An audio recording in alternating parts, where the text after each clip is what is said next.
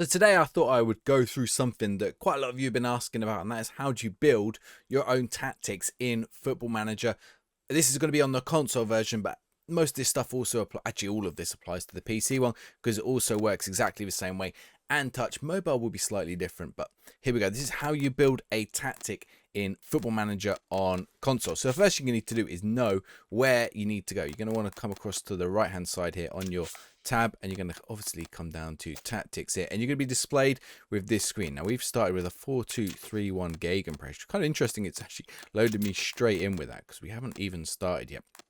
But you're going to want to choose a formation to start with. Now this is flexible, you can move this around after you've decided it, but you need a base point from which you're going to start your tactics. So I think, given Portsmouth's players, I mean, a 4-2-3-1 does work, and if you want an overpowered tactic, 4-2-3-1s do work pretty well. If you want me to cover some of the OP tactics, let me know. I know there's a lot of other channels that already do that, so it's not necessarily something we need to do here, but if there's interest in it, then maybe we will cover it. I think we've got good wingers. I don't think we want to play something like that. So I think maybe we'll play a 4-3-3 with a DM. And then we're going to choose our tactical style to go along this. And you've got a choice. There are 11 tactics here in the screen, so you can choose any of these tactics.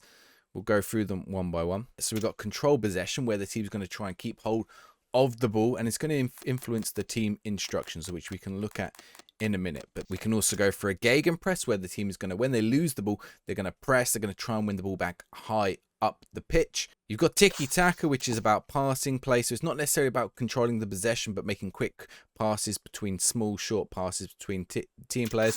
Vertical tiki-taka works pretty similarly, but you're sort of moving up and down the pitch a little bit more. We've got wing play, which is looking to get the ball out wide and then maybe get it crossed in or cut inside and put into the box. We've got route one, in which your players are just going to try and launch it upfield to your striker. We've got fluid counter-attack, which is sort of a bit like your counter-attack, which you're going to draw the opposition onto you. And then when they're drawn onto you, you're going to win the ball back and try and... So you're going to wait to win the ball. And when they've fully pushed onto you, you're going to then push up the pitch quickly, but passing the ball around. You're not going to go too direct, as opposed to a direct counter-attack where you're just going to launch the ball upfield, a bit like Route 1. But you're going to play... You might play lower passes, but your team is going to try and get the ball up to your striker as quickly as possible. Fluid, they're going to counter-attack, but they're going to have a bit of fluidity and movement about them. We've got Catenaccio, which is a very defensive style tactic. Sort of the idea is to prevent the opposition from have goal scoring opportunities. Now, I will say Catenaccio probably will struggle based on how the FM match engine likes to play.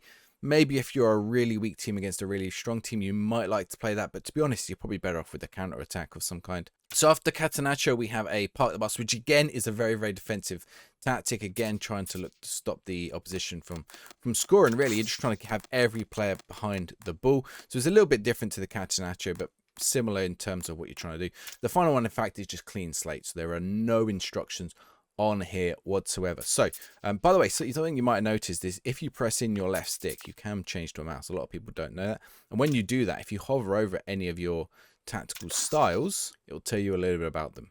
So I think, why don't we go for let's go for some wing play. I've been having a little bit of success with wing play over in my women's Football Manager save.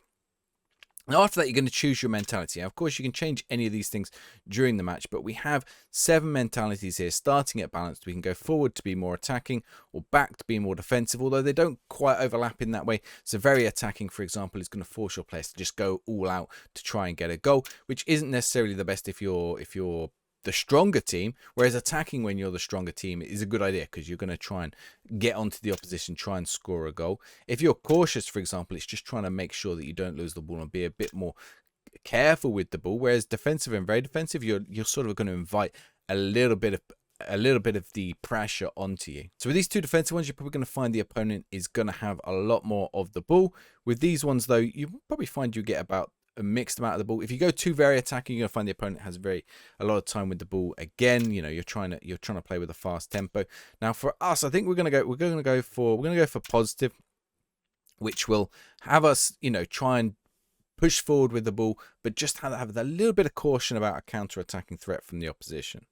So we've chosen our formation, we've chosen our style, we've chosen our mentality. We didn't choose very defensive, we chose positive. And now we're going to set our team instructions. Now you can also see the intensity and the fluidity. Of course, if we went for a gegenpress, the intensity is going to be high. It's going to tire our players out quicker. Now in FM, they don't get too tired, so you can get away with it. And fluidity is sort of how much they're going to move around from their positions, what they're going to try and do. You know, are they going to be more regimented in what they do, or are they going to try and, you know, be a bit more creative? And then all those things so far have set our baseline instructions. So obviously, because we've chosen wing play, when we're in possession, so I've come into the in possession tactics here, it's going to suggest that we play the ball out wide. So we're going to push the ball out wide, and we're going to focus the play down the left and overlap as well. So the overlap means that that left back or that right back is going to look to go around the outside of the winger, particularly when the winger has the ball. So if the winger has the ball, the left back or the right back will go around the outside, and the winger can just knock it off to them, and then they can make the cross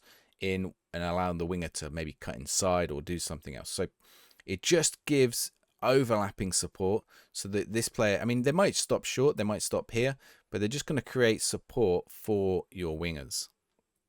Now, of course, if you go for an underlap, it's going to do the opposite.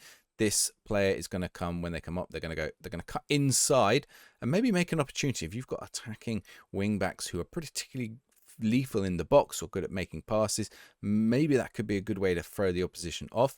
You could also go to focus play down the middle. Of course, we're going with wing play, so we want it to go out wide. You can also play out defense. If you're playing something with control possession and you've got particularly good defenders who can carry the ball, then maybe playing out defense isn't a bad idea. But you can invite a lot of pressure if you play against a gegenpressy team if you play out of defense. We also have this option pass into space. So this means instead of playing to the player's feet, we might play it a little bit in front of them. That allows them to run onto it. This has risks and advantage, of course. It might mean you have a few balls that maybe go over the top and land in the goalkeeper's hands, or just don't make it to the intended target, go out of play. But it also opens up some great opportunities for goal scoring. So if you want pass into place on, it can be a good option to just like open out your play a little bit. So from there, so we've got our width set, we've got our approach play set. We now have to select how direct we're going to pass it. And we've got two options here. One is how direct it's going to be. So we can go all the way from much shorter, which is something like a tiki-taka or control possession might do, all the way up to route 1, which is much more direct. You're going to launch it upfield. With this one, we sort of sit on the slightly more direct, so we're sort of looking to get it out wide to these players and then into the box, maybe 2 to 3 passes up the pitch. So you're not going to go route 1, you're not going to take one pass and try to get to the striker, but maybe 2 to 3 passes from defense or from the goalkeeper, and we have it at the striker's feet. Tempo is going to be how fast you go about doing that. So if you've got a much lower tempo, if you set it right at the bottom, it might be that your players wait for the pass that they need, they look around for the pass, can invite some pressure, so you might not want to do this. Whereas if you go a lot quicker, you're looking to let's get this ball moved up the pitch quickly. So one is about how direct they are with the passes. You know, are they looking for passes further upfield, or are they looking across to the wing backs or to the DM to make shorter passes? And the other is how quickly they're going to go about that. Finally, time wasting, and I swear every time I put this on, the opposition scores when we're trying to protect the lead. But this is just how much you time waste, so how long the goalkeeper takes their goal kicks, etc. So we've now set half of our attacking play. This is all about when we have the ball, by the way. So then what happens when we get it to that final third of the pitch, and that's going to be dealt with up in this corner here. So we have crosses. We can leave it mixed. You know, they're going to throw in a mixture of them. We can have it floated, so it's sort of launched up into the air and floats in. Could be good for a goalkeeper, but also allows the goal. Sorry, it could be good for a striker, but also a tall striker, but also allows the goalkeeper a lot more time to get under the ball and catch it.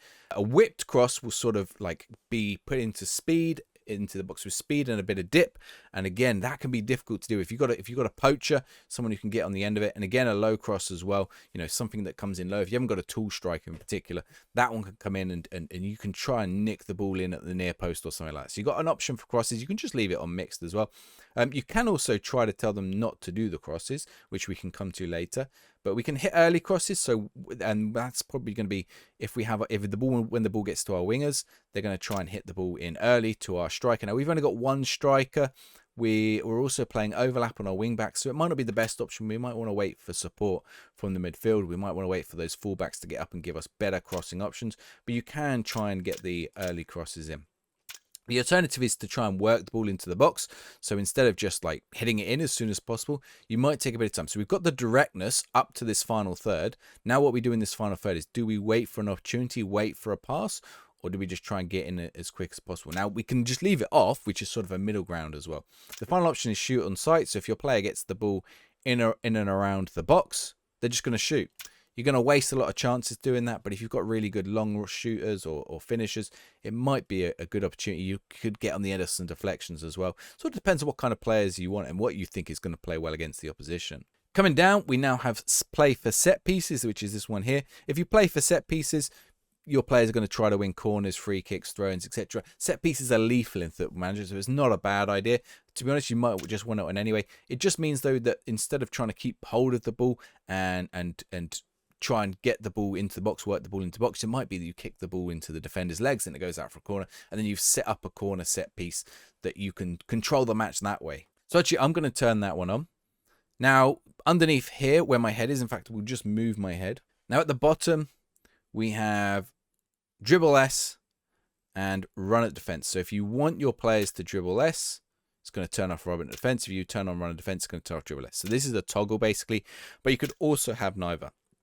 So if you haven't got players who are particularly good at carrying the ball and dribbling and maybe don't have any kind of flair or technique, then maybe you want to turn on dribble S, and it's going to try and tell them to pass the ball, look for the pass rather than make the dribble. And you can equally do run. If you've got particularly tricky players, you've got some nice dribbly boys, then turn that one on, have them run at the defense. You can draw a lot of fouls this way as well. So if you're looking at play for set pieces and run at defense, you've got a good free kick, take it. It could be a good idea. You can also turn it off and have sort of a middle ground. So think of it like a 3-stage slider. The final one at the bottom here is an interesting one, which is creative freedom, which is how you're going to allow your player to move around the pitch. You can have them be more expressive, be more disciplined, or just have them sort of play their natural game. So if you allow them to be more expressive, they're not going to ignore your instructions, but they're not going to stick so regimentally to them, particularly their position. So let's say your left winger over here, maybe he decides, okay, I'm going to roam across to the center of the pitch here. If you have be more expressive one, if you have be more disciplined, he's going to stay right there. If you leave it in between, maybe he might roam occasionally to the middle, but he's really going to try and stay to his position. So again, think of it as like a little slider. So that is what happens when we're in possession. What about when we win possession? So these are the options when we win or lose possession. We start with this one. So we got counter press, we've got nothing, and we've got regroup. So if we've got nothing, our team is just going to sort of play from where they are and carry on. If we've got counter press, immediately these front players, not your back line, but the front players are going to press straight into the opposition, get onto them, try to win the ball back. This is like a gegenpress and get the ball back into our possession. But you're going to find that if players do that, they can be drawn out of position. It can open up gaps in your team. Regroup, but on the other hand, is going to have your players drop back, allow the opposition your possession, but get everyone back into position so they can mark their players appropriately and make sure there's no space and gaps opening up. If you go for the middle ground, your players are just going to sort of go back to their positions, not going to quite regroup. So if they're going to press, if they have the opportunity, they're going to drop back if they have the opportunity as well. So sometimes the middle one is always the best. It is an option. And let's say your team does win that possession, you can either hold shape, so don't just try and like run up pitch, keep the shape, keep the style that you've been trying to play. You can have it normal, which means they're just going to go take the opportunities that they see and not the ones they don't. Or you can have counter. It's like, yes, let's go for it. We've won the ball, get the ball up the pitch, try and catch the opposition out because they've now lost their shape. If they haven't regrouped and they've got counter press on or something, if we try and counter they counter press, we might suddenly find ourselves up the pitch with lots of space. When our goalkeeper gets the ball, again, we can decide what to do. We can have him act normally. We can have him try to get the ball out quickly. This can lead to mistakes, but it can also allow for a quick counter attack. So, let's say the opposition is attacking. They push lots of players forward. Your goalkeeper has won the ball.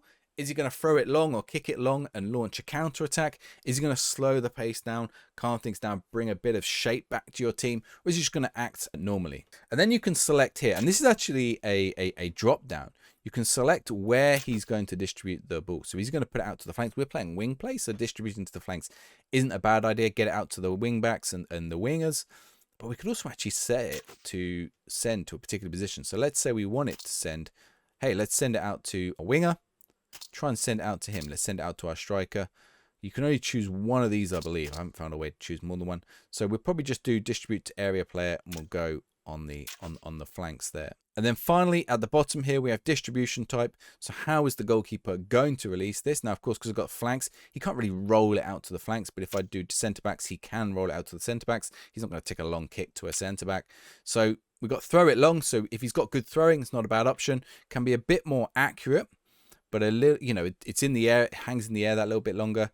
Takes short kicks, you know, he puts it to his feet and he passes out. This could be a risk because there could be players in between your wingers and your goalkeeper who could intercept that. Or take a long kick again. The long kicks might be a little bit inaccurate. So you got a few options here. We're just going to leave it. If you leave it, he's just going to make his best decision. And then finally, we got out of possession. I'm just going to move myself again. So this is what happens when we've lost the ball. And of course, when we're in that transition, we've got to decide what happens when we lose. But eventually, we'll settle on this. So this is where your front line is going to sit, this line of engagement. Are they going to sit a low block? Are they going to drop back and let the opposition push up to the halfway line? Or are you going to sit, you know, you try and, where is your line that you're going to decide, I'm going to go in for the tackle. If you've got a high line engagement, that's like a gegenpress, you can be like, okay, as soon as it's out of their box, we're going to press them. We're going to try and win the ball back. If you've got low, no, we're going to let them come towards our box. Could be good if you're trying to run a counter attack because that's going to open up all this space behind them. So we're going to leave it on mid block. And then on the other hand, you've also got where the back of your defensive line is going to sit. So you could have something very compact like this, a high defensive line and a low block. It doesn't allow the opposition much of space, but it could allow some opportunities for them to run in behind here if they play over the top. And it could allow them also a lot of time on the ball up this end. You're giving them a lot of the ball. On the other hand, you could sit with a defensive line and a high press. You're going to open up so much space in the middle of the park. So you sort of want to keep it probably somewhere in between, maybe a high defensive line or a mid defense, standard defensive line, and a mid block or a high press, depending on if you want a gegenpress or not. But again, it's perfectly acceptable if you're playing counter-attacking football to drop it right back. So we're going to go here with the mid block. And how often the team triggers the press. So this is a little bit different to the counter press here. This is when position is lost. This is what they immediately do. But this is after the play is played out for a little while. And again, it matters with this as well where the line of engagement is. So once they hit that line of engagement, are they going to press more often? Are you going to try and press? Or again, you can tell them to just sit back. Now, we know that presses work quite well in Football Manager. You can also do this, prevent goalkeeper short distribution. So when the opposition goalkeeper's got the ball, are you going to try and stop him from throwing the ball out to these defenders and make him kick it long and potentially win the ball back that way? It's going to be less accurate. It might open up some space behind you and allow the opposition some quick counterattacks, but you could also win the ball back and score a quick goal. When it comes to tackling, you've got a little toggle. Once again, stay on feet or get stuck in. Stay on feet means stay on your feet. Don't go to ground. If they go to ground and they miss, the opposition might get past you. If they go to ground and cause a foul, you've given away a free kick. Or you can get stuck in. They could, if they get past you, you're on the floor and you've got to, well, your player's on the floor and they've got to get up again. But you win the ball, it could be easier to win the ball. So you've got to think about which of these is better. I quite like get stuck in, but you pick up a lot of yellow cards. Now the defensive line, so we've got where our defensive line is sat. Now what happens when an attacker is approaching them? We've got whether they step up, so they move up to the player, and try and be compact, try and close the space that the attacker has, or do they drop off, allow that attacker time, but just wait for the attacker to make the mistake in the way? So you're trying to force the mistake, or you're trying to wait for them to make the mistake and stop mistakes of your own. You know, if you step up, you might open up some space in behind your centre back steps up to a player here, and then someone runs in behind in loads of space with attack on your goalie. And then we've got like sort of where we jockey the players as well. So the pressing trap. So if we trap them inside, when your player moves up to the opposition player, are they going to stand and push them, you know, encourage them to move inside, which means to the middle of the pitch here, or are you going to try and trap them outside, which pushes them out wide? And again, it's going to depend on what kind of opponent you have. If you've got players who, they've got threatening midfielders in the center of the park, maybe you would trap them outside. If they've got target men, maybe you want to try and trap them inside, because if you send them outside, they're going to whip in across and their big tall target man's going to head the ball in. And equally with this one at the bottom here, that works very similarly. You don't have to choose either. Once again, there is a middle option where you just sort of engage them head on, and then they might go inside, they might go outside. And again, with the cross engagement, are you going to try and stop them from crossing? Which, if they have a target man, could be a good option. Is your wing back going to try and stop the cross, or is he going to allow the cross so that your goalkeeper or your particularly tall defenders can just get it clear. You win the ball back because they're putting in a threatening ball. But if there's no threat to your defense, you're pretty sure about your defense. It's a good way to win the ball back, and rather than them moving the ball in and around and working the ball into box. So you might try and say, hey, take the cross. We're going to get that ball and we're going to launch the counter attack out of it. So that sorts out, let's say, your base team strategy. So this is all the over here on the left hand side. Of course, I've got to move my head once again. You can have more than one tactic, by the way. You can add additional tactics just here. Now from there, we can make additional changes. If I select a player, I can change his role. So all of your players have roles, and there are lots of these. Too many to go over in this video. But you can go down, you can see what kind of roles they have just here. And you have two options, position and personalize. So if you set a position one, and the position one, let's say we set it to inside forward on support. If I change Paddy Lane for Kamara here, Kamara is also going to be inside forward on support. Now let's just change them back again. Now I'm going to change this one here, change role.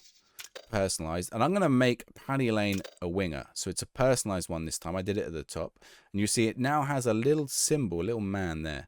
Now if I swap him with Kamara goes to the inside forward on support, but if I put Paddy Lane back there, this is his own role, so he's a winger on support. So you can set it so it depends on what player you've got there, but be careful because that could also break up the makeup of your team if you're swapping players around and they've got different roles. So you can play them to their best roles, but it might change how your team works, of course.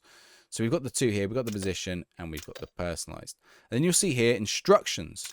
And if you click that, oh my word, there are a lot of instructions here. You can tell your player what to do. So we've got the press. Do you want less often, more often? Do you want them to mark tied to the position they're next to? Do you want them to tackle harder? You can tell them to mark a specific player. Right now we haven't got an opposition coming up, so there are none there. But if we had an opposition, we would choose the player that we want them to mark, or a position. So let's say he's a left winger, so we probably want him to mark like a wing back on the right. Do you want him to get further forward? Is he allowed to roam from position? So these will overwrite some of these team instructions over here. So you remember if I said, let's say we go to team instructions. If I said be more expressive, but then I go to him and I tell him, hey, I want you to hold position. No, don't be expressive. Then they will overwrite. And of course, as you will see there, if I tell him to roam position, he's not going to try and get further forward. So the two are not compatible. You can, of course, have neither as well. Once again, is an option. So where do you want him to go? Do you want him to sit wider, go inside, run inside the ball? And all of your players have got options like this. Your defenders have different ones. How often do you want them to cross? Where do you want them to aim the cross? How deep do you want them to cross? So the byline is the goal line, or cross from deep, which is further back. So do you want them to cross once they've passed the halfway line, or do you want them to reach the attacking third, or do you want them to reach the byline? How often do you want them to shoot? So again, you could change this player to player. If you've got a player who's good at shooting, tell them to shoot more often. If you've got a player who's not good at shooting, tell them to not shoot so often. Do you want them to take risk with passes? Hey, are they a good passer with vision? Take more risks. Are they an awful passer who can barely kick a ball? Tell them to take less risks. So you can then go in and set all your own players in instructions. So that's sort of how you set up your tactic. And again, of course, you come in, change anyone else, right? We change a defender to a ball playing defender, maybe, if we'd like him to do that. And you can go in and have a mess around with your tactic. Now, there is one more thing. If you come press one or right trigger, right bumper, you'll come across to the player screen.